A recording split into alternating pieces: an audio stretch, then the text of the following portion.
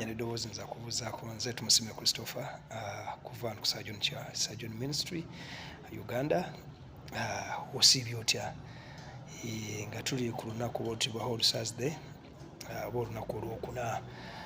Kikulu nnyo okubeera nga weefumiitiriza ku kigambo kya Katonda n'okutegeera nti nno ke kadde ak'okwekebera mu mitima gyaffe okulaba tuyimiridde tutya nga bw'osoma Abakolose ekyokubiri 13:5 olaga nti nno okwekebera oba oli mu Kristo oba tuli mu Kristo.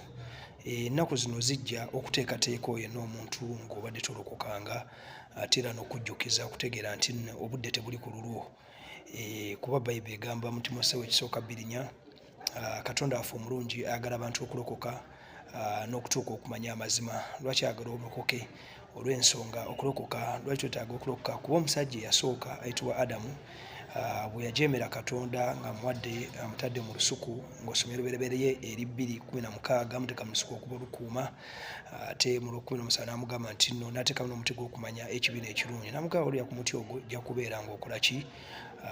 Ng'ofa. Okufa kuno tekwali kwa mubiri oba okw'obuliwo nga omubiri ogwa bulijjo, naye okufa kwali akwaki? Okw'omwoyo. Omusajja ono kyova olaba yasobola okubeerawo. Bw'osoma Olubereberye 2 olunyiri olwa 21 baleeta omusajja bamutonda bamute Olubereberye 2 olunyiri olw'omusanvu baga nti no bamufuuwamu omukka n'afuuka emmeme ennamu n'atandika okubeera mu ki? Mu lusuku ne bamuwa n'ebiragiro by'alina okukola ki? Okutambulirako. Naye bwe tutuuka mu Lubereberye 3 olunyiri olusooka mpaka olwokubiri nga Lubereberye 2 bamaze 20 bamaze omugattako, omwe basiza bamuwadde omukyala gwe bajje mu lubirizi we, bakemebwa eri omulabe Sitaani yali ayitidde mu musota n'asobola okuba nga yogera nabo okubeera nga bajeemedde Katonda n'okubafaananiza okubeera nti nno byali bagambibwa Katonda yali yabakweka okuba nti nno nga tayagala babeere nga ki? Nga ye.